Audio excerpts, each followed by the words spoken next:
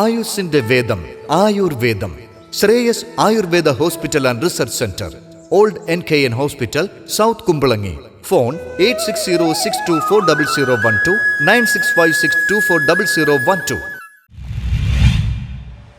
കിടപ്പ് രോഗികൾക്ക് ക്രിസ്മസ് കിറ്റുകൾ നൽകി കുമ്പളങ്ങി സെന്റ് ജോസഫ് ഇടവക. കിടപ്പ് രോഗികൾക്ക് ക്രിസ്മസ് കേക്കുകൾ നൽകി കുമ്പളങ്ങി സെന്റ് ജോസഫ് ഇടവക. ഉണ്ണിയേശുവിന്റെ ജനന തിരുനാളിനായി ഒരുക്കങ്ങളുടെ ഭാഗമായി നാനാജാതിയിൽപ്പെട്ട 200-ലേറെ വീടുകളിലാണ് കേക്കുകൾ വിതരണം ചെയ്തത്. ഉണ്ണീശോയുടെ ജനന തിരുനാളിന് തുടക്കം കുറിച്ചുകൊണ്ട് കുമ്പളങ്ങി സെന്റ് ജോസഫ് ഇടവകയിലെ കുടുംബങ്ങളിൽ രോഗികളായി കഴിയുന്നവരെ സന്ദർശിക്കുകയും ക്രിസ്മസ് കേക്കുകൾ വിതരണം ചെയ്യുകയും ചെയ്തു. ഇടവക അതിർത്തിയിലെ നാനാജാതി സഹോദരങ്ങൾക്കും വികാരി ഫാദർ ആന്റണി നെടുമ്പറമ്പലിന്റെയും സഹവികാരി ഫാദർ എയ്ഡ്രിൻ ഡിസൂസയുടെയും നേതൃത്വത്തിലാണ് കേക്ക് വിതരണവും ഭവന സന്ദർശനവും നടത്തിയത്. 200-ലേറെ രോഗികൾക്കാണ് കേക്കുകൾ നൽകിയത്. ഡിവൈൻ പ്രൊവിഡൻസ് കോൺവെന്റിലെ സിസ്റ്റേഴ്സും നിർധനരായ അമ്മമാരും ഭവന സന്ദർശന ടീം അംഗങ്ങളെ സ്വീകരിച്ചു.